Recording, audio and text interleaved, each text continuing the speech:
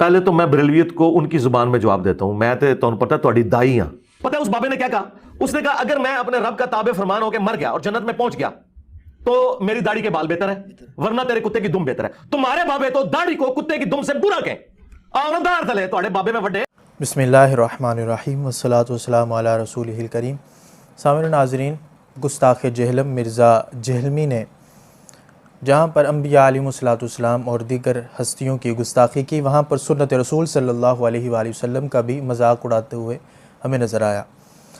एक इसने अपनी वीडियो के अंदर ये कहा कि सारा इस्लाम जो है वो गेटअप के अंदर घुसा हुआ है। मेरे बाल तो छोटे छोटे थे, मैंने ये लंबे इस वजह से रखे हैं कि सारा इस्लाम तो गेटअप के अंदर घुसा हुआ है।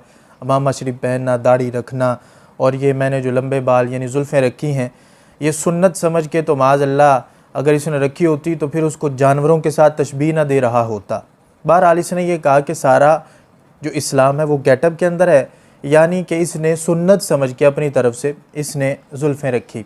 अब जब इसने जुल्फ़ें सुन्नत समझ के रखी तो क्या कहा कि ये तो एक मुसीबत है, इसको तो जानवरों की तरह पालना होता है, यानी जानवर के साथ सुन्नत रसूल सल्लल्लाहु अलैहि वसल्लम को माअज़ल्लाह तशबीह देता हुआ हमें नज़र आया। मैंने तो अभी तक छोटे छोटे बाल रखे हैं, ये तो अभी मैंने मतलब वो चूंकि दीन यहाँ सारा गेटअप में घुसा है तो तब ये मैंने इस रमजान में ये जुल्फे रख ली हैं। और ये समझ लें एक जानवर है जो मैंने पाला हुआ है। इसका एक पूरा एक जाहिर है ये एक बहुत बड़ी एक मुसीबत है, इतना ज्यादा बाल रखना। आप क्या समझते हैं आसान काम है? इससे अंदाजा लगाएं कि वो जो उन्होंने बेलचे और कुदाल उठाए हुए हैं ना, वो सिर्फ आपकी ये इनके बेलचे और कुदाल वैसे ही हैं जैसे उलमा की पगड़ियां और दाढ़ियां और तस्बीहें। हाय हाय हाय, हुणे ही आमद हो गया, शायर नूं तो किसी तरह भी आमद हो सकती है। हाँ। फिर इससे सवाल पूछा गया कि आपने जो ये तशबीह दी है, तो चूँकि उलमा अहले सुन्नत कई सदियों से इस चीज़ को वाज़े करते आए हैं कि रसूल अकरम सल्लल्लाहु अलैहि वसल्लम की ज़ात की तौहीन तनक़ीस की जाए वो भी गुस्ताखी शुमार होती है, आपकी सिफ़ात की तौहीन तनक़ीस की जाए वो भी गुस्ताखी शुमार होती है, आपकी किसी सुन्नत की आगे कोई तनक़ीस करे तो वो भी जो है वो गुस्ताखी शुमार होती है। चूँकि हदीस के अंदर मौजूद है कि जिसने मेरी सुन्नत से मोहब्बत की उसने मुझसे मोहब्बत की, और जिसने मुझसे मोहब्बत की वो क़यामत के दिन मेरे साथ होगा, अब जन्नत में मेरे साथ होगा। तो ये हदीसें ये मैं इंशाल्लाह अभी पेश भी करूँगा। फिर इसने ये कहा कि बरेलवियों को मैं बरेलवियों के अंदाज़ में जवाब दूँगा। अब ये इल्मी किताब भी था, इल्मी जवाब दे रहा था, मंजी ठोकने वाला, ये इल्मी जवाब था। फिर जी आयो ना दाढ़ थले, ये इल्मी जवाब था। अब इसका इल्मी जवाब क्या था बरेलवियों को जो दे रहा था, और एक अपनी तरफ से एक किस्सा मन घड़त सुना रहा था लोगों को, यानी कहानी करवा रहा था इसकी ज़ुबान के अंदर। वो आप पहले समात कीजिए कि वो क्या कहानी सुना रहा था। मैं भी आपके सामने किताब के अंदर से रखूँगा कि असल में वो वाक़या क्या था, उसको क्या बना के ये पेश कर रहा था। आप सबसे पहले इसका ये गुफ्तगू समात कीजिए। पहले तो मैं बरेलवियत को उनकी ज़ुबान में जवाब देता हूँ। मैं तो पता तुहाडी दाई हां। ये बड़े फ़ख्रिया वाक़या सुनाते हैं कि हलाकू खान की औलाद में से पहला तातारी जो था मंगोल जो मुसलमान हुआ, वो एक सूफी बुजुर्ग से मुतासिर हुआ। ठीक है, और वो कहते हैं मुतासिर इस तरह हुआ कि उसने आके उनसे इतना सख्त सवाल किया कि बताओ मेरे कुत्ते की दुम बेहतर है या तुम्हारी दाढ़ी? है बड़े फखरिया सुनाने ने बरेलवियों ने लाज मेरे को है। पता है उस बाबे ने क्या कहा? उसने कहा अगर मैं अपने रब का ताबे फरमान होकर मर गया और जन्नत में पहुंच गया तो मेरी दाढ़ी के बाल बेहतर है, वरना तेरे कुत्ते की दुम बेहतर है। तुम्हारे बाबे तो दाढ़ी को कुत्ते की दुम से बुरा कहें। औरदार तले तुम्हारे बाबे में वड्डे, बाबियां दे नजरियात वड्डे, आओ ना कौन उन्हें दाढ़ी नू कुत्ते दी दुम तू भी बदतर क्या। तो पता ही मार्फत की बात है। देखो कितनी सोहनी गल की थी, लोग सुभान अल्लाह कहते सन। जाहिल है, इनसे इनका दूर दूर तक वास्ता नहीं है। अब देखिए कि किस तरह ये इल्मी जवाब दे रहा है। ताडे बाबे में वड्डे, ये इल्मी जवाब था। आयो ना दाढ़ थले, ये इल्मी जवाब था। इनके पास तो कोई इल्मी नहीं है, ये तो जाहिल हैं, ये हैं वो हैं। अब असल में वाक़या क्या था? ये है दावत इस्लाम। इस किताब के अंदर महकमा औक़ाफ़ से छपी हुई है, इसके अंदर वाक़या मौजूद है। और फिर इसने ये कहा कि वो मंगोल जो था सबसे पहले ईमान लेके आया, वो इसी सूरत में लेके आया। तो पता चला कि जिन बाबों को काटने की ये बात करता है और जिनके बारे में ये ज़ुबान खोल के बकबक करता है, तो इसके जो बड़े थे उनको इस्लाम की तरफ लाने वाले भी वही थे। आज ये कुफ़ार के कुत्ते नहलवारा होता, अगर यहाँ पर ना होता तो ये उसी तरह ही मखलूक में से सबसे शरीर तरीन होता। अब मैं इंशाअल्लाह तबारक तआला कुरान से भी इसकी दलील दूँगा। और जो ये किताब है दावत इस्लाम, इसमें सफ़र नंबर 263 पर यह वाक़या मौजूद है। तातारियों में से जो पहला ईमान लेके आया उसका नाम तुगलक ख़ान था। तो जब वो मुसलमान हुआ तो ऐसा हुआ कि शेख जमालुद्दीन रहमहुल्लाह ताला, जिनके बारे में ये बक कर रहा था, अब वो जब ईरान से उनका ताल्लुक़ था, जब वो इसके ये जंगल में कहीं जो था वो शिकार के लिए आया हुआ था, तो यहाँ पर जब उसको पता चला, खान को मालूम हुआ कि ये लोग ईरानी हैं, तो उसने कहा कि एक ईरानी से तो कुत्ता भी बेहतर होता है। उसने ये आगे से कहा कि एक ईरानी से तो कुत्ता भी बेहतर होता है। असबियत बहुत ज़्यादा पाई जाती थी मुल्कों के लिहाज से, तो उसने कहा कि ईरानियों से तो एक कुत्ता बेहतर होता है। ये नहीं कहा कि जी तुम्हारी दाढ़ी बेहतर है या मेरे कुत्ते की दुम बेहतर है। तो शेख ने कहा कि हाँ ये सच है, अगर हम दीन बरहक पर ना होते तो उस सूरत में हम यकीनन कुत्तों से भी बदतर होते।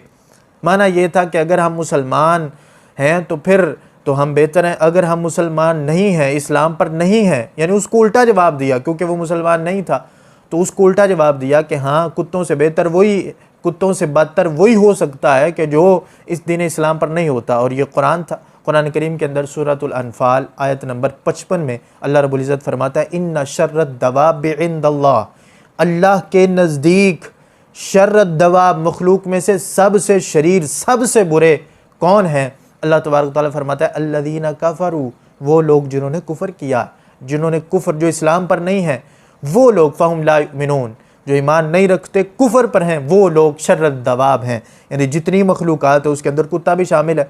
वो तो खिंजीर से भी बदतर है कि जो मुसलमान नहीं है, इस्लाम पर नहीं है। ये कुरान का फ़ैसला है। कुरान कहता है जो काफिर हैं वो तमाम मखलूक़ात में सबसे बदतर है।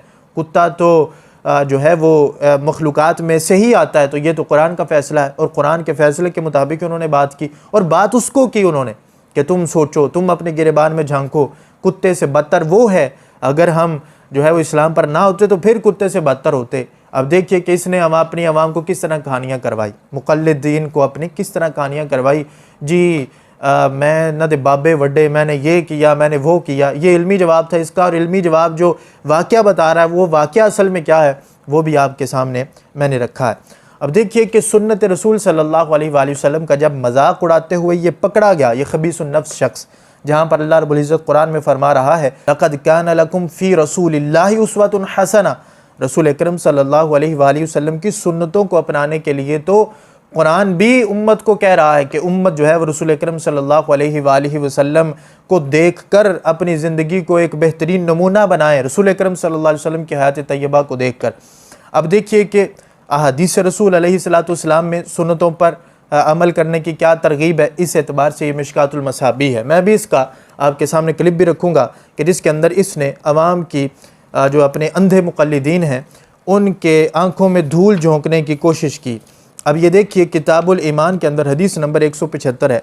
हज़रत अनस रज़ियल्लाहु तआला अन्हु से मरवी है, कहते हैं रसूल अकरम सल्लल्लाहु अलैहि वसल्लम मुझे फरमाया, या बुनैया वज़ालिका मिन सुन्नती, ऐ मेरे बेटे ये सुन्नत है। वमन अहब्ब सुन्नती फ़क़द अहब्बनी, जिसने मोहब्बत की मेरी सुन्नत से तो तहकीक उसने मुझसे मोहब्बत की। वमन अहब्बनी कान माइया फ़िल जन्ना, जिसने मुझसे मोहब्बत की जन्नत में मेरे साथ होगा।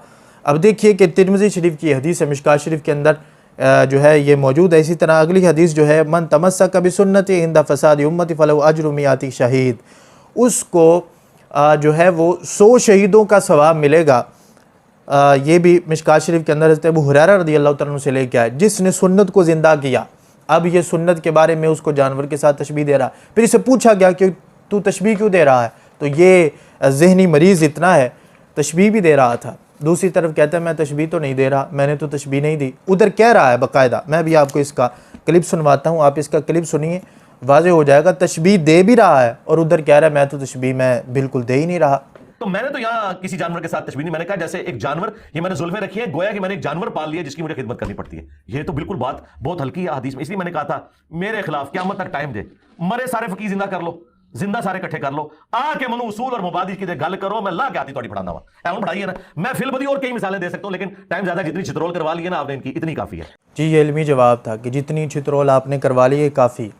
अब कहता है कि मैंने तो ये कहा था गोया कि मैं एक जानवर पाल रहा हूँ, मैंने जुल्फ़ों को तशबीह तो नहीं दी, तशबीह दे भी रहा है, ज़हनी मरीज़ इंसान, और साथ कह रहा है मैंने तशबीह कब दी है। तशबीह देना यही मतलब होता है जिस तरह एक बंदा जो है वो कोई अपने बेटे के लिए कहे कि मेरा बेटा बड़ा बहादुर है और ये शेर की तरह बहादुर है। अब माना यह है कि वो शेर के साथ तशबीह दे रहा है, और तशबीह मिन कुल्लिल वजूह नहीं होती, वो बहादुरी के अंदर तशबीह दे रहा है शेर के साथ।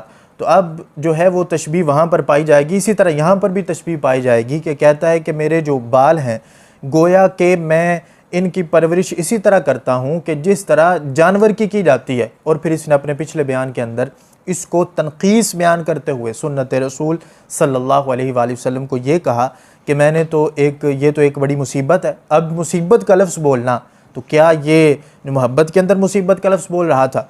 यही लफ्ज़ अगर किसी और ने बोले होते तो इसने हर अपनी गुफ्तगू के अंदर बक बक करनी थी और इसने अपनी गंदी ज़ुबान खोलनी थी। देखो इनके तो बाबे जो हैं वो तो जुल्फ़ों को जानवरों के साथ तशबीह देते आए हैं, इनके बाबे तो ये करते हैं। अभी आपने देखा ना कि किस तरह वहाँ पर तशबीह मौजूद भी नहीं थी, वहाँ पर सिर्फ ये बात थी कि अगर इसकी मान भी ली जाए कि जो है वो कुत्ते की दुम दाढ़ी से उस वक्त बेहतर होगी कि अगर हम कुफ्र की हालत में दुनिया से चले जाएं, अगर हम ईमान की हालत में जाते हैं तो फिर तो दाढ़ी बेहतर है। तो उसको जो झूठा वाक़या ये बता रहा था उसके अंदर भी वो चीज़ नहीं थी कि जो ये बता रहा था, बल्कि वो उसे बता रहे थे कि कुफ्र के अंदर कोई इज़्ज़त नहीं होती, इंसान की अपनी नहीं होती, तो फिर इंसान के साथ मुंसलिक जो चीज़ें उनकी इज़्ज़त कैसे होगी? इज़्ज़त उसी की है जो इस्लाम पर चलेगा। फिर इस्लाम पर चलने के बाद फिर उसको सुन्नत समझा जाता है। सिखों ने अगर बाल बढ़ा लिए हों तो उनका बाल बढ़ाना समझा जाएगा, उसको दाढ़ी नहीं कहा जाएगा। इसलिए काफिर अगर बाल बढ़ाता है तो उसको बाल बढ़ाना समझा जाएगा, उसको दाढ़ी नहीं कहा जाएगा। दाढ़ी उसी वक्त होगी जब एक मुसलमान एक सुन्नत समझ के उसको रखेगा, तो फिर उस सूरत में उसके साथ मोहब्बत करेगा कि मेरे आका सल्लल्लाहु अलैहि वसल्लम ने इस तरह किया, मैं भी इस तरह कर रहा हूँ। और फिर उसके बाद फिर कोई तनकीस करे, किसी मुसलमान की दाढ़ी का मजाक उड़ाए क्योंकि उसने तो सुन्नत समझ के रखी हुई है, किसी मुसलमान की जुल्फ़ों का मजाक उड़ाए क्योंकि उसने सुन्नत समझ के रखी हुई है, और अगर ये भी सुन्नत जान के मजाक उड़ाता है तो फिर ये दायरा इस्लाम से खारिज होगा। वजह क्या है? वजह यह है कि रसूल अकरम सल्लल्लाहु अलैहि वसल्लम की सुन्नत की तौहीन भी रसूल अकरम सल्लल्लाहु अलैहि वसल्लम की ही तौहीन समझी जाती है, और इस एतबार से फिर उसके ऊपर कुफ्र लाजिम आएगा। अब देखिए कि कहते हैं कि उसूल मबादी के अंदर इनके फ़कीह भी उठाएँ, सारे उठाएँ, तो वो मेरे सामने टिक नहीं सकते, ये वो इस तरह की गुफ्तगू ये कर रहा था। अब इसी के उसूल से हम इसको जवाब दे रहे हैं। इसका ये उसूल है, एक इबारत सीधी अगर साबित ना हो रही हो तो फिर उसका उल्ट साबित करते हैं, उसका उल्ट साबित करके देखते हैं। अब हदीस के अंदर है, जिसने मेरी सुन्नत से मोहब्बत की उसने मुझसे मोहब्बत की और जन्नत में मेरे साथ होगा। अब इसका उल्ट करते हैं। उल्ट ये है कि जहन्नम के अंदर वो होगा जिसने मेरी सुन्नत का मजाक उड़ाया या जिसने मेरी सुन्नत के साथ मोहब्बत ना की। इसके मुताबिक इसका जो उसूल है तो वो जहन्नम में होगा। अब जहन्नम में किसके साथ होगा? इधर जन्नत के अंदर तो रसूल अकरम सल्लल्लाहु अलैहि वसल्लम उम्मत के सरदार हैं, उनके साथ होगा। उधर जहन्नम के अंदर किसके साथ होगा? वो इबलीस लाइन के साथ होगा।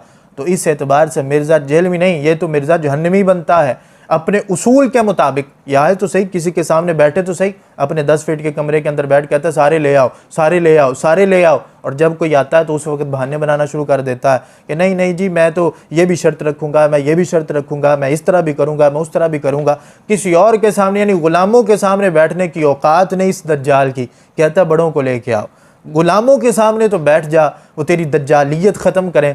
तो इस एतबार से अगर सामने बैठेगा तो अपने उसूल से ही इसके ऊपर कुफ्र भी आएगा, इसके ऊपर जहन्नम भी आएगी और इसके ऊपर लानत भी आएगी। वो सारे मामलात आएंगे जो इसने उसूल बयान किए हुए हैं, वही उसूल इसके अपने ऊपर भी लगेंगे। अब देखिए कि कुरान के अंदर क्या है, हदीस के अंदर क्या है, और सुन्नत रसूल सल्लल्लाहु अलैहि वसल्लम से मोहब्बत का दर्स 14 सदियों में आइमा मुहद्दिसीन देते आए। लेकिन आज ये दज्जाल आके उम्मत को सुन्नत के लिहाज से ये कह रहा है कि ये तो एक जानवर है, ये तो एक मुसीबत है, इसको तो पालना पड़ता है। इस वजह से अल्लाह तबारक व तआला इस जैसे फितने से हमें महफूज फरमाए। और ये बिल्कुल सिर्फ सुन्नत का नहीं, आपने देखा कि सहाबा का, अहले बैत का, अंबिया अलैहिस्सलाम का, रसूल अकरम सल्लल्लाहु अलैहि वसल्लम का, और आखिर के अंदर रसूल अकरम सल्लल्लाहु अलैहि वसल्लम की सुन्नतों का भी ये बंदा गुस्ताख निकला है। और ये पता नहीं कहाँ तक जाएगा और क्या क्या आगे दावे करेगा। इसके अंधे मुकल्लिदीन ये बड़े से बड़ा दावा कर दे तो इसके अंधे मुकल्लिदीन फिर भी इसके पीछे लगे रहेंगे। अल्लाह तबारक व तआला इन तमाम शरीरों से उम्मत को महफूज रखे।